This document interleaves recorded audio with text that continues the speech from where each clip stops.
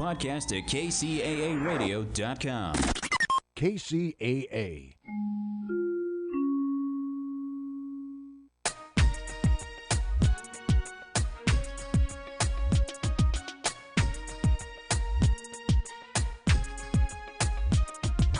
Boom. Ba-da-dum. Ba-da-dum. Groovin'. Groovin'. Ain't no stopping us now. We're on the move. Yeah. Good morning, good afternoon, good night, whatever time it is as you pick up this broadcast. For those of us who are doing it live, it is now Sunday morning, 10 o'clock Pacific time. San Bernardino, Highland in specific, Southern California in general, the world in intent. This is Empire Talks Back. I am Wallace Allen here to do our best to show you another way of looking at it. Celebrating September as the Underground Railroad Month, International Underground Railroad Month. In 2019, the state of Maryland proclaimed September as International Underground Railroad Month. In 2020, the state of Michigan joined that effort to include more states in the celebration, working with the National Park Service's National Underground Railroad Network to Freedom to connect the verified Underground Railroad sites. This program goes all across the United States. September was chosen to represent the International Underground Railroad Month because of the month having two well-known freedom fighters earned their freedom during that month. Harriet Tubman, Frederick Douglass. Why do I talk about the Underground Railroad? Well, it's the same situation touching many of us now that was touching us then. We had an Underground Railroad because we had a situation of hate, a circumstance of hate that seems to still be around. Well, it doesn't seem to still be around. The state of California acknowledges that it's around. We have a Stop the Hate campaign. We have a campaign of hate that is generated by, the branding of African Americans as less than. You have to really not like. You have to really make an effort to dehumanize someone enough to enslave them. I mean, think about how we feel about these people who we find now who kidnap, enslave, rape, hide them away. When we catch them, we do something to some of them, depending on who the victim was. Point being, victim of press, the media, the branding of the African American as unworthy, started with the media, started with the newspapers of America. The newspapers of America were based on basically the fugitive slave, chase him down. This is why the Underground Railroad was so critical. Because everybody was required to hate. That was the law. Yeah, there was a hate crime law. It was against the law not to involve yourself in the attitude of hating black folk, hating them enough to say they deserve to be enslaved. And anything necessary to keep them in that status was the law. And if you didn't do that, you were breaking it, the law. So the newspapers helped keep the law in those days. It seems like they kind of do it now. We can look at tragedies of spirit, culture, police vulture work. And we see, an alternative view often expressed that allows many people to continue to say, oh, black folk, wow. And now they're asking for reparations. No, it's not now. We've been asking for reparations for, I guess, since day one. Before we were ripped, there was a certain kind of reparations, I suppose some folk will say, as you paid in Africa for the slave. Well, we'll argue that later. But today, we have the opportunity to continue to inform and raise the spirit and break the branding that has been brought upon the backs and shoulders of African Americans to uninformed, misinformed, disinform the general public about who African Americans are, what we have done, what we are contributing to America on a regular basis, and what we owe or are owed in terms of reparations. Reparations isn't a nasty word. Reparations represents what was paid to white slave owners when their slaves were taken away from them. There were reparations paid, but they were not paid to the slave. It was the enslaved. It was paid to the ex-slave holder. All right, we have Mr. Joseph Torres who will be joining us after this short break. We're going to talk about this at a level that explains a lot more than I can explain. So I look forward to you guys sticking around, giving you a little stiff for your spine so you can understand from a modern view why America will benefit so much when it frees its psyche of the reparations debt and enjoys the benefits of the mental revolution that takes place after the evolution of, I'm sorry, here's your money. Watch what happens. We'll be right back.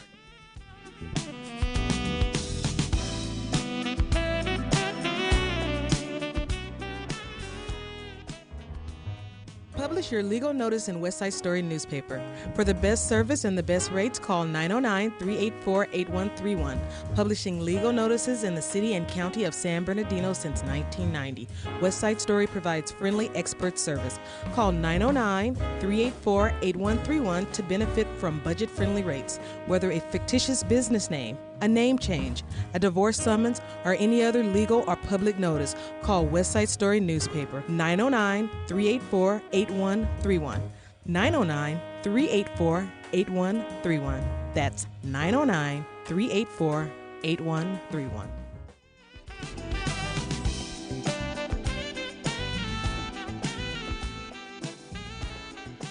Join the Riverside County Black Chamber of Commerce.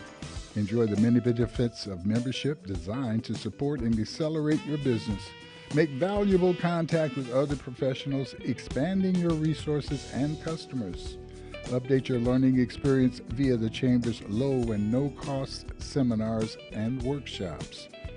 Improve your social media impact.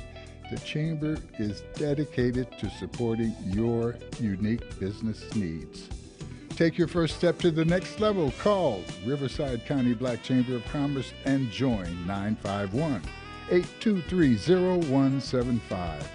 That's 951-823-0175, the Riverside County Black Chamber of Commerce. You're listening to the music there of Mr. Mo Lewis. November 18th at the Knights of Columbus Hall. The Route 66 Jazz Soiree will feature Billboard's smooth jazz top artist, the IE's own Mo Lewis. You'll want to join that soiree. It's an afternoon attitude that you don't want to miss it. Give us a call, 909-915-7922 to find out more about the Route 66 Jazz Soiree. Today's guest, Mr. Joseph Torres. Mr. Joseph Torres is the Senior Advisor of the Reparative Policies and Programs for the Media 2070. Media 2070. Joseph, how are you this morning? Good. How are you? Thanks for having me on the air. Thank you. I appreciate it. I'm doing good. How are you? God is great. I'm grateful. I appreciate you being on. Tell us about Media 2070. Yes, Media 2070 is a project at a public interest group, a media tech advocacy group called Free Press. The Media 2070 project itself is a project that was created by the Black staff at Free Press, the Black leadership of Free Press in 2020. We launched a project calling for reconciling and repair the history of anti-Black racism that media institutions and as well as media policies have caused to the Black community. Marketing-wise, we'd call that branding. How have we been branded? Take us through the history of this painful, and it is painful because it hurts now. And what's so devious about it is that it hurts behind your back. You know, it's something that you over a period of time, like the lobster in the boiling water. We feel much of it, but there's so much more of it that we're not aware of. That these effects of this branding. I don't want to interrupt you, but I will, and you need to keep talking, so I won't. Joseph. Yeah, no, it is a painful history. It's an intentional history. It's anti-Black racism makes up the DNA of our media system since literally the very first printed words that were published during colonial times. It first started off as the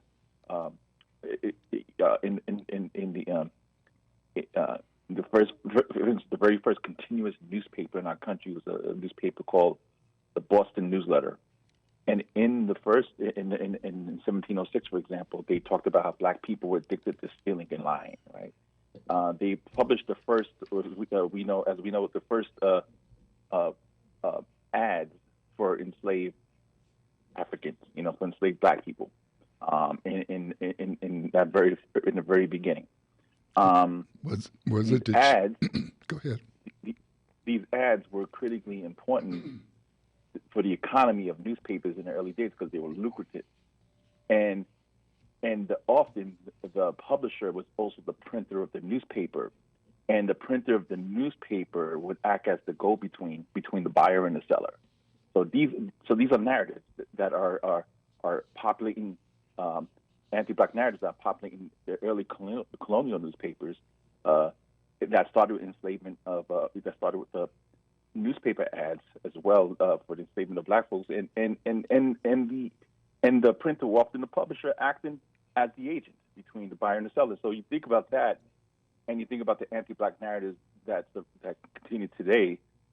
They serve a political purpose, and the political purpose of that media institutions have played historically from the very first colonial times to the present day, upholding racial hierarchy.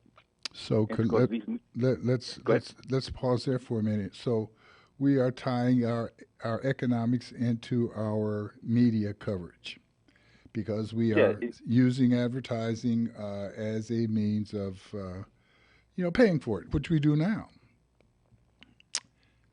Right. And so there's the potential of the influence there. But when I went to school of journalism and business there, one of the things I was pretty much taught was that the only,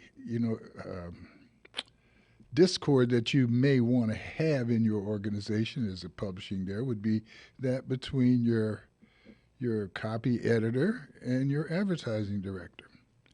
And that, those guys are not supposed to be getting along. The advertising director's not supposed to be over there influencing what the editor of the paper is writing about and vice versa. They're supposed to be independent from each other. But that's almost like saying balanced and objective. I publish a newspaper. I do this radio show. I went to journalism as a minor at School of Journalism, San Jose State University. I think one of the great places. Ethics was one of the first things that we learned. I just, with all of that, I still have my attitude. And I still understand that, I think there's a evil and a good and a right and a wrong. And I have a cause and a mission. And I think it's fairly clear, that if I'm pushing to try to deal with what I think is the truth, there's going to be some political and economic things that go along with that. So I'm saying, hey, read me, listen to me, but, don't follow me like I'm the only one on the planet, because we all need balance. But I'm not here to pretend that I am the point of all balance.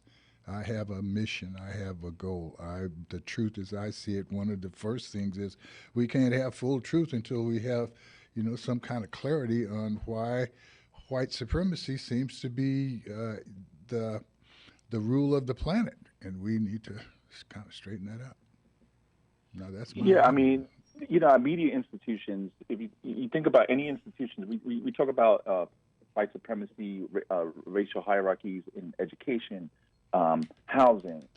Just name whatever system that's been created in this country. Right, there is issues of race and racism and racial capitalism. Right, we have a racial caste system in this country, and so these institutions were created to further those goals as a part of this project, right? Or with the exclusion of folks, of Black folks and other people of color from participating in it, like from when it comes to media, like for instance, broadcasting, the exclusion policies that result in exclusion of Black people from owning radio stations and TV stations, right?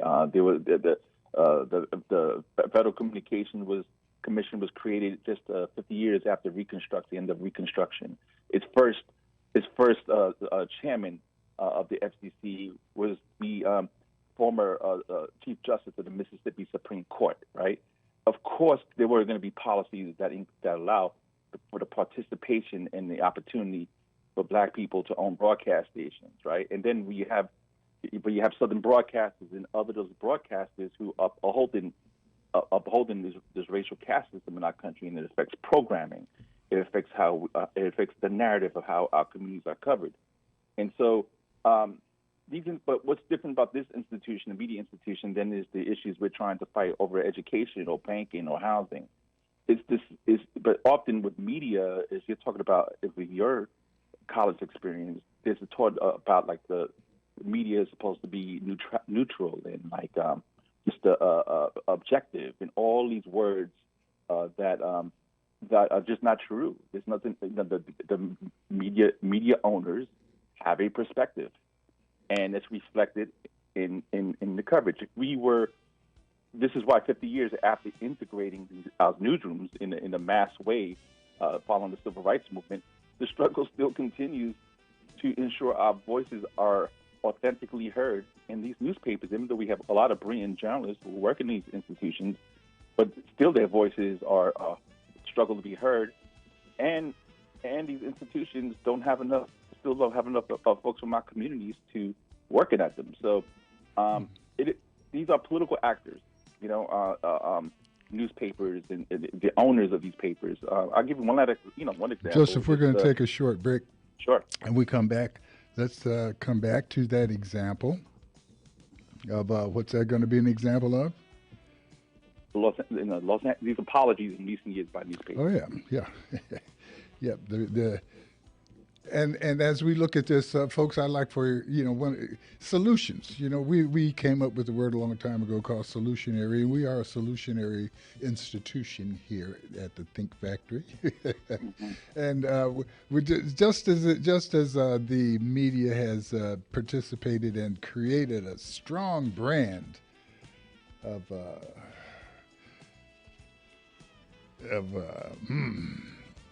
man, I'm thinking about all of those slang words and derogatory words.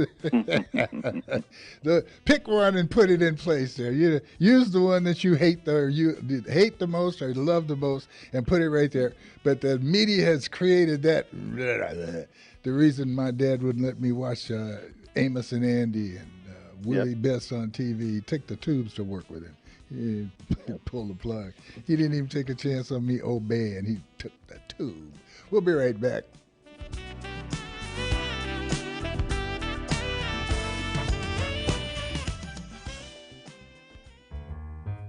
Publish your legal notice in West Side Story newspaper. For the best service and the best rates, call 909-384-8131. Publishing legal notices in the city and county of San Bernardino since 1990. West Side Story provides friendly expert service. Call 909-384-8131 to benefit from budget-friendly rates. Whether a fictitious business name, a name change, a divorce summons, or any other legal or public notice, call West Side Story newspaper 909-384-8131. 909-384-8131. That's 909-384-8131.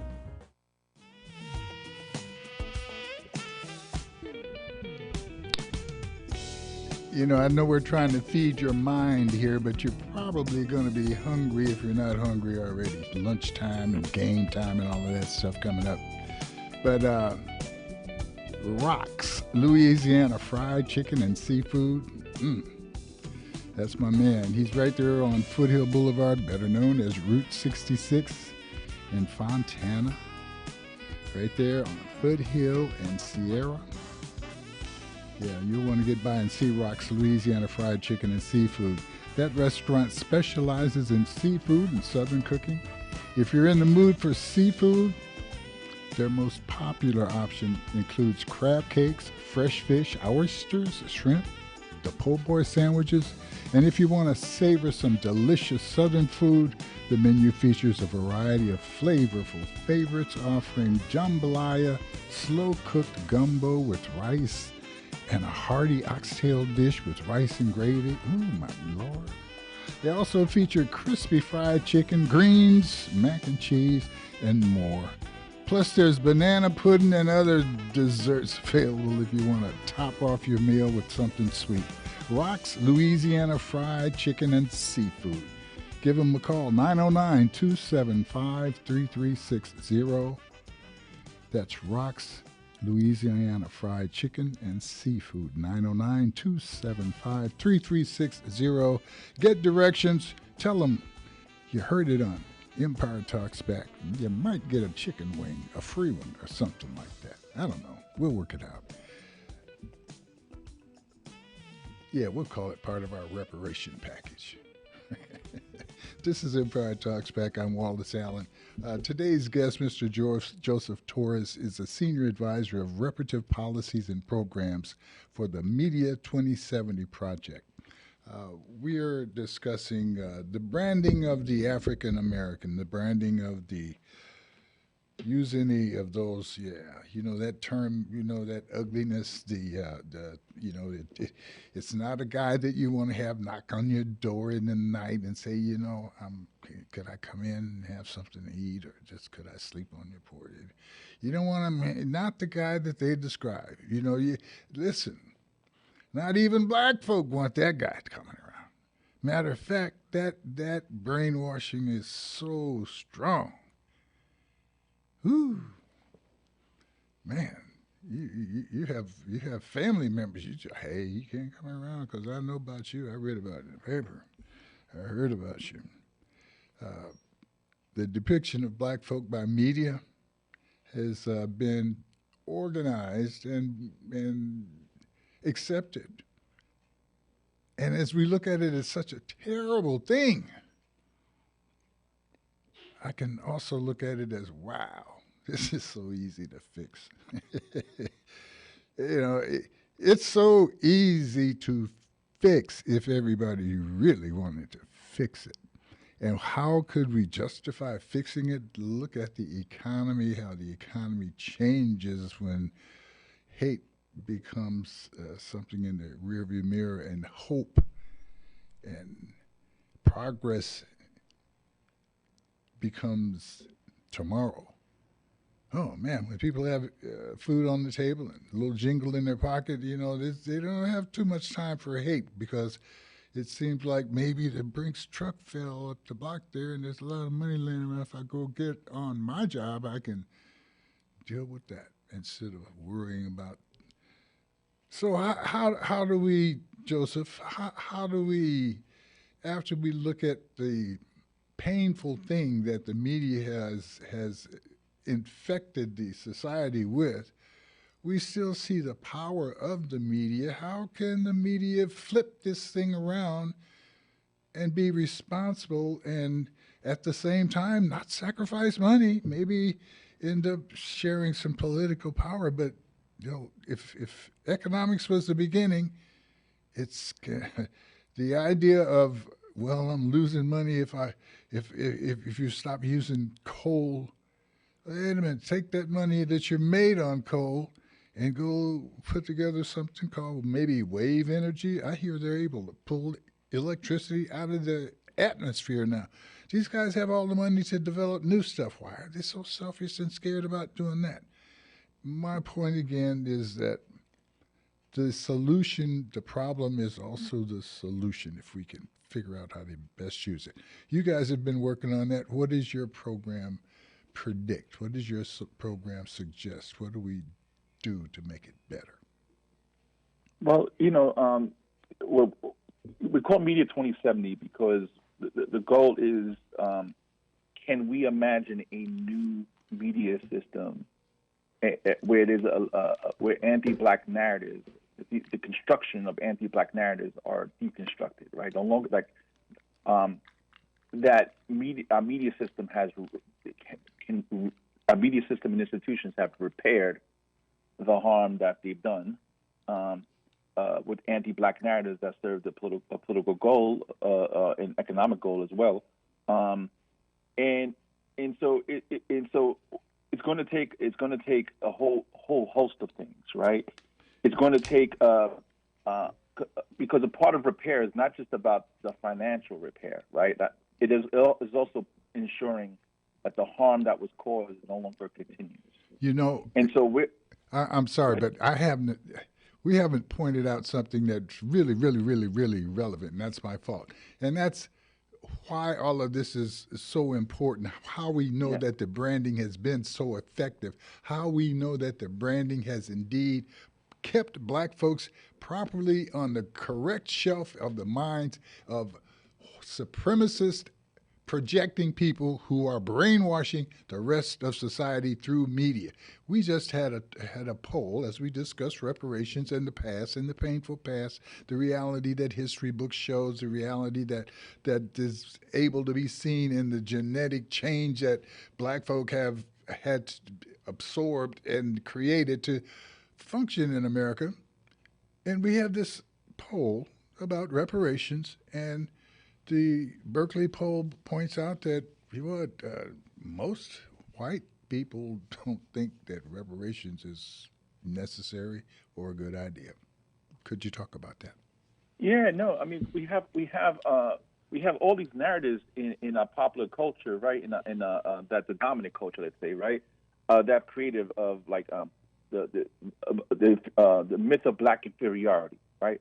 Also the myth of white superiority, right? So we have all these myths, and like the fact that folks are technically potentially included, like able to do things like vote and send their kids to public schools, technically, that represented some sort of equality.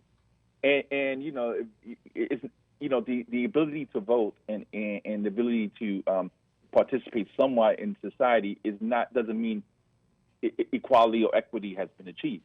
The next phase of the struggle has always been redressing the harm that has been caused. The wealth, segregation, obviously enslavement, segregation. It was all theft, right? It was a theft of human ability, financial theft. And it's like, so you can't just have like 50 years now. We're in this period of 50 years. This form of democracy. Let's be diplomatic at the table. Let's say that this was we understand that it wasn't the right way to do it. We at the time it was thievery. If we're going to call it thievery, we might as well get down and really, really, really, really, really, really call it bad. But let's use some economically diplomatic terms that still keep us.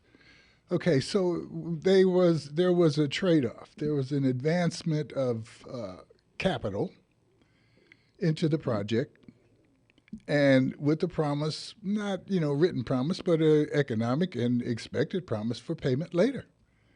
I projected, I did this work. I did this infrastructure work so that you would be able to get credit, because I was used as a point of credit to get the money for you to go on and do what you had to do. I was all of that. Now you've got it, you did it, you got your money, and now it's time to pay me back. And it's an economic deal. I'm not going to get all into, how you didn't feed me and how you did all of that part, not at this point. I want to keep this right here, and let's count contribution, but let's understand it was a definite contribution.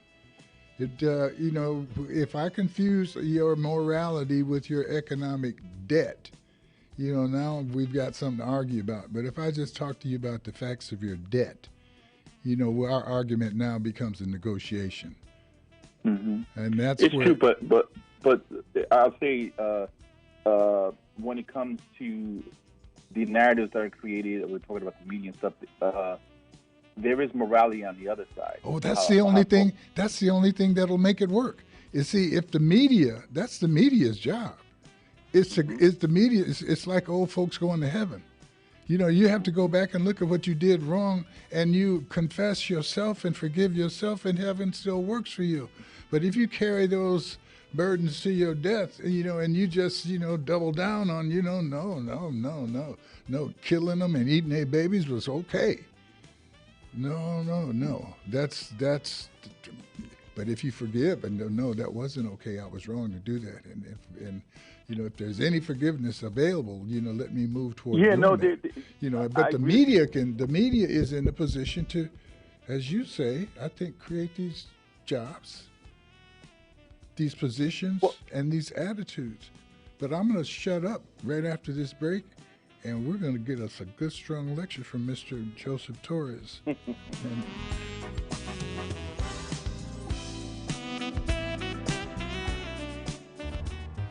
Publish your legal notice in West Side Story newspaper.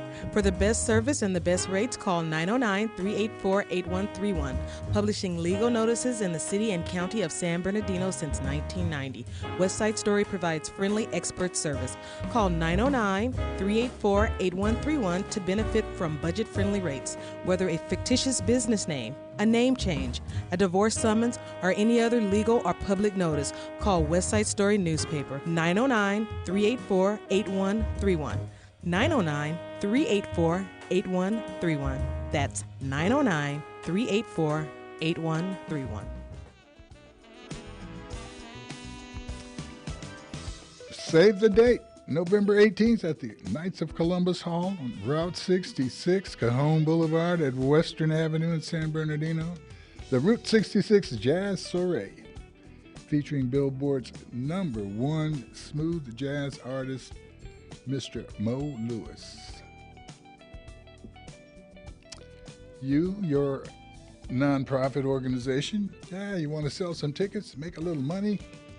909-915-7922. Join the Route 66 Jazz movement. Become part of the movement of Route 66 toward the economic stability that can come when we work as one. If you're a business in the county of San Bernardino, in the county of Riverside, black-owned business, doesn't really matter. If you join this Riverside County Black Chamber of Commerce, you'll be benefiting your business, you'll be benefiting other businesses, you'll be benefiting the population of Riverside, as those businesses will be able to join together and catch some of the knowledge, some of the movement of working together to give you a better shot at being served well. And so if you've got a business in the county of Riverside, join the Riverside County Black Chamber of Commerce. Their number is 951-823-0175. And when you get back, we want to try to feed you a little bit, too. We're talking with Mr. Joseph Torres of Media 2070, a project created out of the disparity that has occurred with the world of media and the branding of African Americans as unworthy and not being potentially good citizens. And we're trying to work our way out of this. I'm going to sit back now and let Mr. Torres take us through the movement of where we are and what we need to do. Go ahead, Joe. I want to give you a practical example you gave of what we can do. And an example is actually happening in California. All across the country, the loss of journalists at local newspapers and local institutions covering the local community, it's been accelerating over the past 2 decades because of the rise of the internet and so forth. California has taken action. Last year, there was a debate over to California fund local journalism to help to address this, the loss of the number of journalists in local communities. And so they passed a bill for $50 million that to fund fellows, journalists for work at local newspapers or local institutions throughout the state. And it's being administered by Berkeley University. It has a board of advisors and stuff. So can the state itself understand the need of the importance of having local voices, local journalists? Can they make an investment in Black media institutions across the state to ensure there are journalists covering what's going on in the communities? So that's one thing. That's a reparative action. It doesn't mean reparations. Because reparations is going to take a while for the to address the harm. But there's a series of steps that could be taken to get us on the right path toward a more reparative future. And so here's the thing that states already is really a historic thing they did last year that got implemented. It was the first fellows, I think, were announced from Berkeley University over the past month or two. And so can California expand this to ensure that Black media is being supported in this effort adequately? And so that's a concrete thing that can happen right now. So that $50 million project awarded to Berkeley to do, was that specifically for Black media or for no ethnic media, or what was that for? No, it's for they stated they want to ensure like underserved communities are served, but it's not specifically. I haven't looked at the list of that was just announced a week or two ago of where these journalists and these fellows are going to be placed at. These journalism fellows are going to be placed at. But the goal, they expressed the goal to ensure like communities that have historically been like underrepresented are receive a journalist to work with them. But I haven't taken a look at the list yet. But it doesn't mean it couldn't be expanded, right? It could be expanded to be more targeted. No, it probably means that it's being usurped under the definite and obvious needs of Black press and the usurped and obvious needs of the reversal of the negative branding against Black people, because that's always a good reason to come together. But as we look at the solutions that come out of that reason for coming together, because even as we introduced it today, our introduction has been about the injustice to Black people as a result of media. Your subject here was to bring up, the state of California has not only decided that, hate is a problem, and they put a bunch of money into a Stop the Hate program, and they also have put a bunch of money into, which a bunch of money, $50 million when we look at the problem. But it's a great amount of money, but it's not even a lot of money for Berkeley to give to Berkeley to do the problem. But it's something, and we do admit that. But the umbrella, that it appears to be under, is not really there. Not because we see the biggest problem. It's Black media, Black imagery, Black marketing against Black people. Now, if they're going to really be effective with it, we can look at it. I'm a journalist, a newspaper publisher. I could look at it and say, well, give it the money to us and let us, Exactly. But then again, we didn't create the problem the whole time that we've been here. We've been glorifying black folk. That's what we do. And so we haven't changed white folks' mind. So I don't know, maybe the route of maybe we need to get the big papers to, buy into this thing, and maybe we should supply the big papers with journalists that are going to allow them to buy into this branding change. I don't know which is the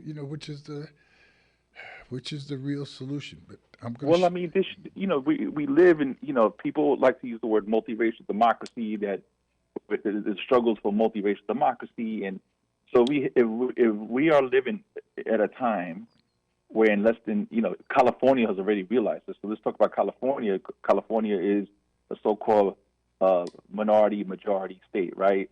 People of color make up the majority, right? And so it's like, should the local institutions that represent these communities reflect that? Should we have if we're going to have a so-called multiracial democracy, should there be a multiracial owned and controlled press? It's not to the exclusion of obviously the black press has played, an unbelievable, just a historic role in the struggle, and then the history of racism in the black press that's always existed, but it was accelerated, with the purging of black journalists during integration, when newspapers are integrating, and black press always struggled financially with advertising and stuff because of racism. Yeah, and as we go back to that original model that we discussed, we said the papers came together, publishers came together came together with society because they had this common bond of a need for advertising and basically a common brand that they wanted to create. African Americans, that the first black papers, they didn't come together based on advertising. They were pretty much there was copy. There was, there'd be some advertising, but it was copy, and advertising was not the basis of existence, just like now. So we have to have a purpose and a mission that kind of goes beyond that. Goes beyond, the economic balancing on it. Once again, solution, we got to reach for it, and we've got a few minutes, and right after this short break, we're going to try to curve this puppy on into something we can eat. We'll be right back.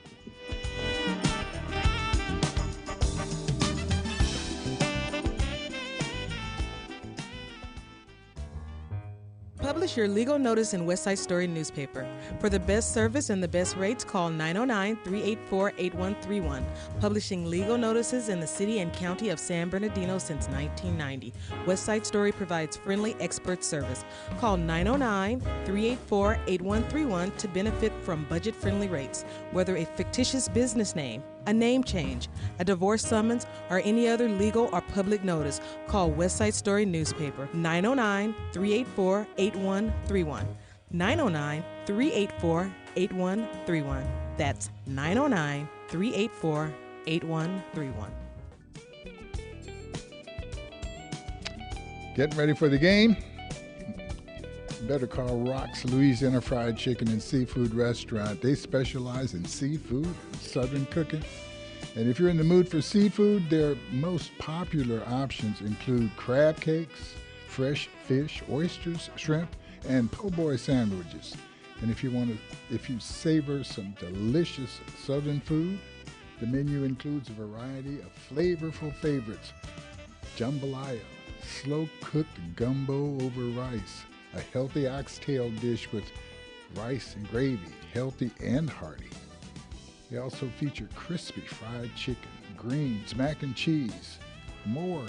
There's the dessert plate, banana pudding, all types of other desserts that you can top off your meal. Give Rox a call, 909-275-5360. That's, get the number right. 275, that's 909-275-3360. 909-275-3360. Be hungry, eat. And when I earlier referred to turning this puppy into something I was not talking about eating puppies. All right, let's straighten that part out. It's a bad analogy, that's all. But we are going to look for a solution here. Joseph, you guys are working on solutions. Let's hear, what are we supposed to do? What do you think is going to happen with those journalists? Is that the solution, or what other steps would you like to see take? Well, like I mentioned, what's happening in California is being there's other states replicating the idea that the state government has to make an intervention into funding local journalism. That effort is not going anywhere. That effort is going to only increase. Okay, so we have an opportunity to kind of direct that effort or get involved in that effort so it doesn't get usurped like affirmative action. Exactly, okay. Exactly. Because and what happens with our communities is like we're unaware of what's happening. We're unaware that these things are actually happening, and so so folks should check out what's happening in Berkeley with the administration of this fund, and see how it can be improved. Is it adequate? Is the early start a good one? Yes. If it's not, then make the voices heard with lawmakers and stuff like that to say, hey, because this has been an inadequate effort, and the representation, let's say on whatever committee Berkeley has, advisors and all that. So just to definitely keep an eye on what's happening there, and then also call for to expand it in a way that's going to more benefit communities, Black communities all across the state, because that effort's not going to because originally the state of California actually wanted to devote a lot more money to this, but it was cut down to 50 million. So, which is the largest of any state so far has done. And so this effort is not going anywhere. This probably is not going to go anywhere. If anything, it's only going to increase in importance because of the continuing loss of local journalists, local newspapers across the country that are owned more and more by hedge funds and stuff like that are not interested in bottom line and not serving communities. And so that's really an important intervention immediately that could be done right now. And the others is like and also the larger philanthropic world, the foundations across the country. There was an announcement made by MacArthur Foundation with 22 other foundations across the country to invest $500 million, up to $1 billion in funding of local journalism. Where is this money going to go to? Who's going to get this money that the foundations are going to make this major investment up to $500 million right now, essentially up to $1 billion in strengthening local journalism? This has the way of potentially putting the thumbprint of this effort. Well, yeah, that can influence. That can move the needle.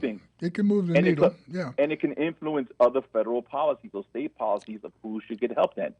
So this intervention is important, but it could potentially also be harmful to our communities if our communities are not included. If black newspapers and black media is not included, then when the state comes and other institutions like that come to support local journalism, our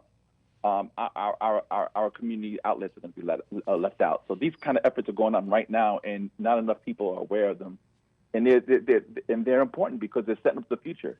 It's kind of hard to be looking for that if you're worried about your job, or you're worried about COVID, or you're worried about the general life in general. So yes, if this is important, then we need to make it important. And as we read headlines, we so often make projections about what the story really means. And we have to understand that they write headlines to either make you read them or it's not the substance of the story. So if they say that they're giving away hundreds of millions of dollars, if that involves you, you might want to follow up and really check that out. And we appreciate, I guess, that Media 2070 is doing that. And how are you monitoring this national effort? And how are you generating attitudes of response or looking for locals to be able to respond? Or do you have a program for that, sir? Yeah, you should definitely come check out our website, Media 2070, our website, and sign up for updates where we're constantly working in coalition with other reparations group, other journalists of color, Black journalists, other journalists of color organizations to make sure our voices are heard on all of these issues. And so definitely sign up through our website, Media 2070 website, and to keep, so if you want to be updated or kept updated on what's happening. Very good, very good. All right, so and thank you for having us on the project on the show. I really appreciate it. Well, we have to reach out for solutions. Once again, my concern is, do you know what you want? If we have an idea of what we want, then we have an idea of how to go and get it. If we want a free press, if we want access to press, we really have to start it in our garage and get going and try to have the kind of information flow that people are willing to vest in. And we find that our little people on the internet that have beat the newspapers to death with their influencing and their little silliness that we call silliness, the ability to attract millions and millions and millions of followers, says that there is a way to seek social and cultural justice if we can get people to move in that direction for some reason. I hope it isn't because we look and see some big meteor coming to Earth and getting ready to blow us up, and we all finally come together and say, where's the hole that we can hide in together? But something that we're paying attention to, hopefully we're looking at solving the issue with climate change. Maybe solving the issue of how to feed everybody, or solving the issue of how we benefit when we actually take care of each other and allow the benefit of their productivity to shower itself on the rest of us. Well, I do know that we agree. That it'll get better if we work together on doing it. So once again, Joseph Torres, we appreciate you. We appreciate your Media 2070 organization. Eric, thank you, sir. Good job getting along with us today. And I want to remind people that November 18th, the Jazz Soiree, Route 66 Jazz Soiree, featuring Billboard smooth jazz artist Mo Lewis.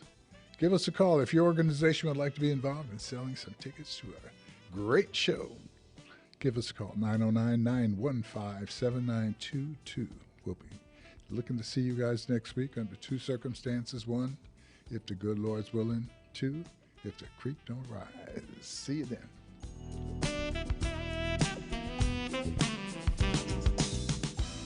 KCAA Loma Linda.